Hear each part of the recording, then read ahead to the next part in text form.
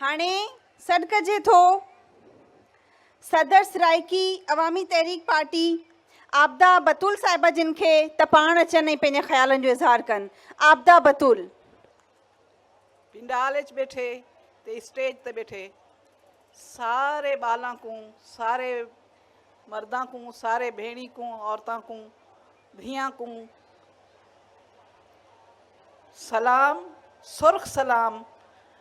जो अज इतनी गर्मी दे विच पता नहीं किथों किथों पंध करते इतना आए बैठे और ए शख्सी अकीदत दे विच कहनी आए बैठे और ना ही ये जड़हन किथई दिहाड़ी ते आए बैठे। कई इन्हा को दिहाड़ी ते कहनी घिन ते आया बैठा, ना ही ये कई शख्सियत परस्ती दे विच आए बैठे। ये अपने उस्ताद को सलाम पेश करना आए बैठे, अपने रहबर को सलाम पेश करना आए बैठे।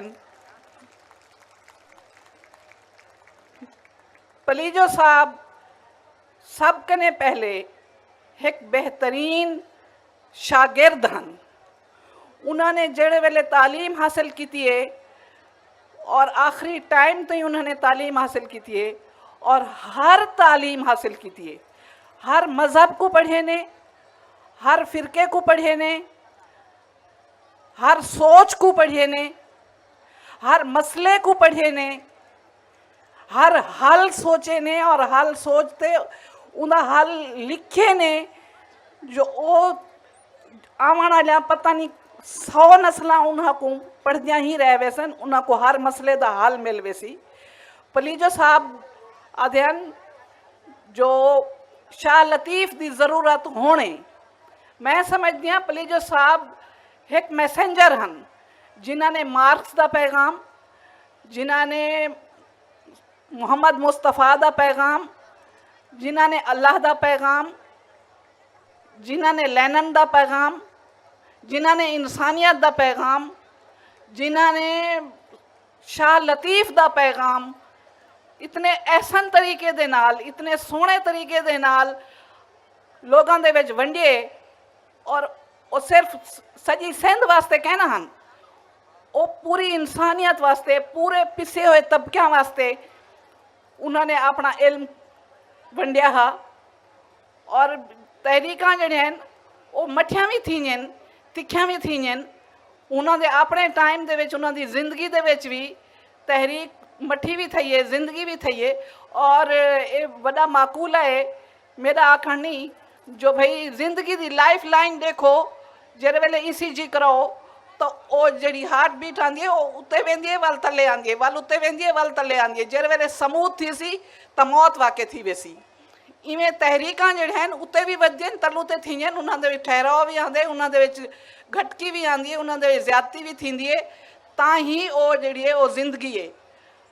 तो जुल्म का निज़ाम जड़ा है जिंदे खिलाफ उन्होंने आवाज़ चाहती है। उन्होंने अनपढ़ को किमें पढ़ाए, सारे नबी सही ने आख्या जो भाई जेड़े वेले कैदी बढ़ते आवें, जंगी कैदी आवें, उन्होंने फिदिया ये हो सी जो 10 बंदियां को पढ़ा देवें तो उन्होंने रिहाई थी वैसी। पलीजो साहब ने आख्या जेड़े पढ़े लिखे हैं वो बिया को पढ़ते सुनावें और पढ़वावें, उन्होंने पढ़ावें ता ही तहरीक अगूते बदसी। तो ये सारे जड़े आए बैठे सादा एक सरायकी दा माकूल है जो असा अनपढ़ से असा जाहिल कहन से ये सारा जड़ा मजमा आया बैठे, बल्कि सजी सिंध जड़ी है वो पढ़ी लिखी अगर है तो ठीक है, नहीं तो वो जाहिल कहनी। और पलीजो साहब दे पैगाम को रुकिया कहनी, पलीजो साहब अपने जहें तो नहीं बढ़ा सके, लेकिन मेरे ख्याल है तो अपने जहे ही बढ़ा गए। अदा जामी जिमें अपना फिक्री स्कूल चलेंदे पैन, इवें बे भी खामोश लीडर होसन पलीजो साहब दे शागिर्द जेड़े अगू ते वधेंदे पे होसन। असां भी उन्होंने अदना जै शागिर्द हैं, असां भी एक अपनी हुन्ना दी देखा देखी उन्होंने अमल करें आया। असां अपनी सरायकी अवामी त्रेमें तहरीक बढ़ाइए या सरायकी अवामी संगत 40 साल कने चलती पी है, तो उहदे विच जिहड़ियां तब्दीलियां आहिनि, उन्होंने जी सोच वधी है, उन्होंने सब शे थी खड़ी है। तो वो मेरे ख्याल है तो उहदे 80% हथ जड़ा है वो पलीजो साहब की फिक्र दा है।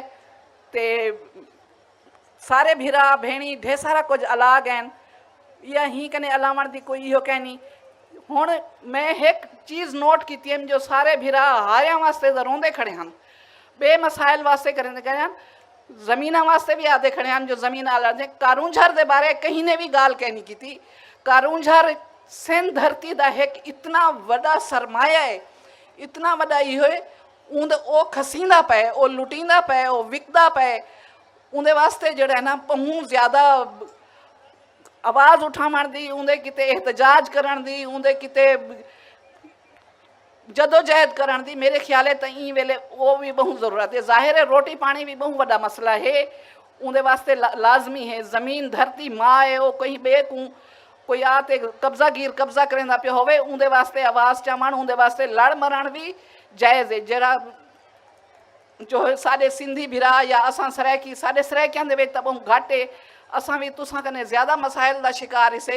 क्यों जो साकू अजण तोणी कोई एजा लीडर नसीब कहनी थी पलीजो साहब जियां जड़ा साढ़े मसलियां को उजागर करे, जड़े साढ़े बालां को इतना शऊर दे वने, जड़े सिर ते कफन बाते टुरण सांगे भी तैयार होवें। अल्लाह करे सी ओ वेला भी आसी। ते मैं समझदी हाँ जो भाई कारूंझर दे वास्ते भी आवाज़ चाती वने, और मेरे ख्याल एक होंदे 11 होंदे। अगर सिंध दे वासी ते असां अगर कट्ठे थी ते जदोजहद करूँ तो वो बेहतरीन हो सी। असां मदद वास्ते हाथ वधेंदे से जो साड़ी भी तुसां आवाज़ चाहो। साकू कुछ लोग आदन तुसां सिंध दे सरायकियां वास्ते आवाज़ नहीं वेचेंदे, असांखे सिंध दे वास्ते उथा आवाज़ बंदा क्यों चाहे जिथा मसावियाना हकूक होवें, जिथा मसावियाना सलूक होवे। तो असा कोई गाल दी खुशी है जो जिमें सिंधी सिंध दे वारे सन उवें ही सरायकी भी सिंध दे वारे सन, और सिंध सारा सिंध ही गाल को तस्लीम करेंगे, और जितने ही हकूक सिंधिया को हासिल हैं उतने ही क्योंकि कोई वाल वांझ कहनी। और मैं समझदी हाँ जो ए अज का जड़ा कट्ठ है या 6 साल कने थींदा पे या 40 साल कने जी ये तहरीक चलती पी है, ये शानदार तहरीक है और ये नहीं रुकती पई। तो ये पलीजो साहब का बहुत बड़ा कारनामा है। पलीजो साहब को सुर्ख सलाम। थैंक यू, जज़ाकल्लाह।